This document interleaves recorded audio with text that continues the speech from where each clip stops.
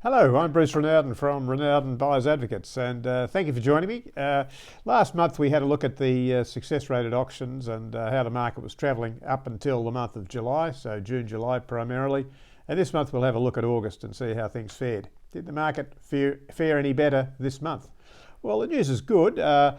Success rates were slightly better, up around the high 50s into the early 60s. Volume was starting to trend up, which is normal for this time of the year once you start to head into spring.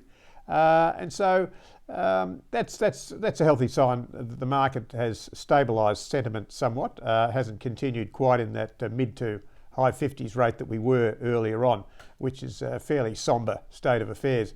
If it continues to hold around the 60% mark and maybe a bit better hopefully into September, October, and the peak, which is October, November for the spring season, then that would be a positive sign that sentiment has returned to a reasonable level.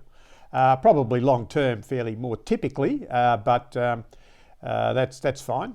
Typical long term trend is what you want, really.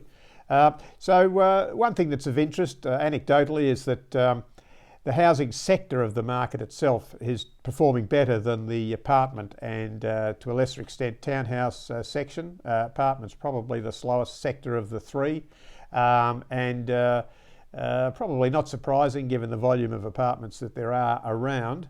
But anyway, yes, the houses faring better, houses in good condition, requiring less work. They're drawing the most buyers.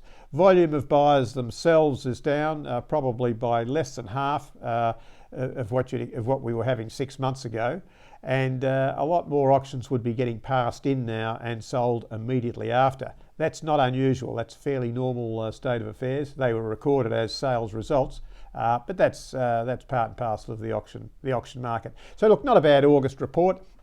Improved on July. So let's see what's in store for September, October when we touch base again in a month's time. Look forward to seeing you. Thanks for joining me.